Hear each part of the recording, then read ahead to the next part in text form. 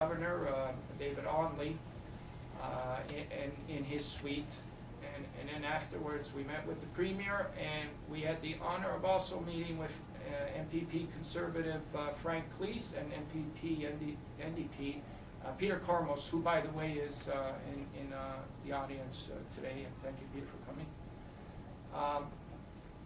And again, we wanted to let everybody know, in Toronto as well, the importance of this issue, the attention that it should still keep getting, and the importance of knowing that we could make some dramatic improvements. And so our last day for the first half ended up in Mississauga, where the entire rugby team from Lorne Park Secondary carried the torch, and this was very emotional that day. They carried the torch in memory of their fellow rugby player, Manny Castillo, who sadly passed away last year during a rugby game, and the Castillo family donated his organs without hesitation. And you had to be there to see all these fellow rugby students carrying the torch through the heart of Mississauga for Manny. So that brought us to the end of our first half of SOS4000, and when I look back, we've done a lot.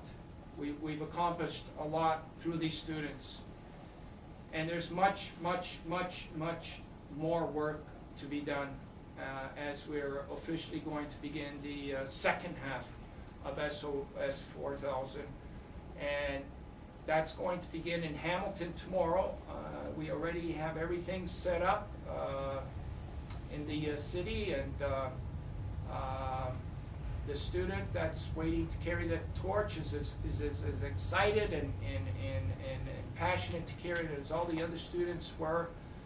And we're going to continue carrying have the students continue carrying the torch from Hamilton all the way to Victoria, and then we're going to travel up north to Whitehorse, continue on to Yellowknife, and then finish the SOS4000 campaign in Iqaluit, Nunavut, who I heard just last week they had chosen a student and is very anxious to carry that torch on June 20th, 2008.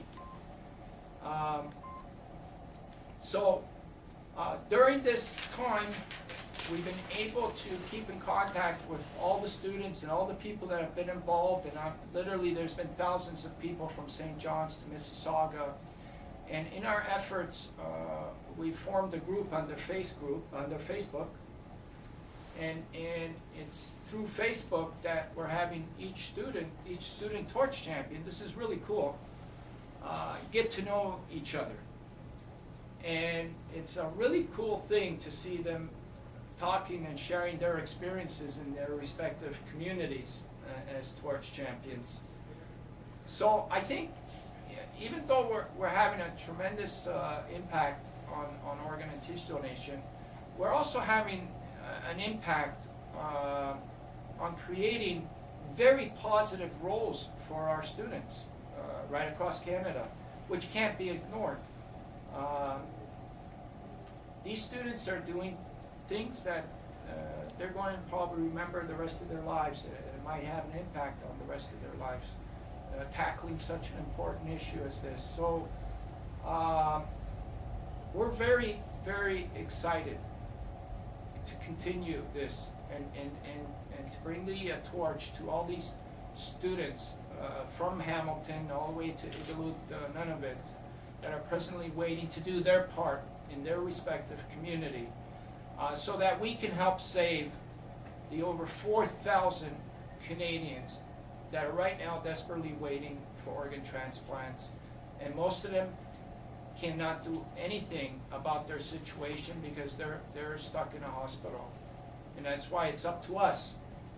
It's up to us and the public to do our part and to continue doing our part And that's why we're hoping that we could make SOS4000 a yearly thing. The need is there, and why not? If it's having such a positive effect, why can't we do this on a yearly basis? So with that, I'm going to turn it over to our chairperson, Constable Ojo Tiobari. Thanks very much, Judge. Morning, everyone. Judge has expanded quite a bit on what he has been doing for the last 10 years with step-by-step organ transplant of Ontario. And it is indeed obvious, very obvious, when you look at the footings there that has been shown that quite a lot of things has been accomplished. I'm not going to dwell very much on what has taken place and what Judge has been doing, but what I'd like to stress a little bit upon is the challenges that even Judge himself has been facing. For some of us that don't know, Judge also has been a recipient of 2 liver transplants in his lifetime. And how close to home is it to me? Well, to me personally, my daughter is also waiting for kidney donation as we speak, and I have been slated to be the donor for that event, which hopefully will take place very shortly.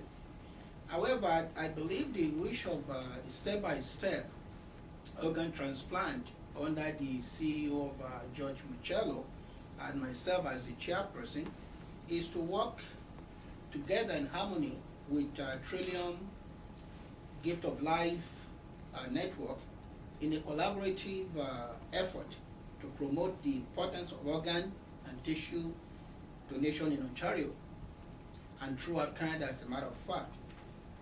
The combined effort of step-by-step and the Trillium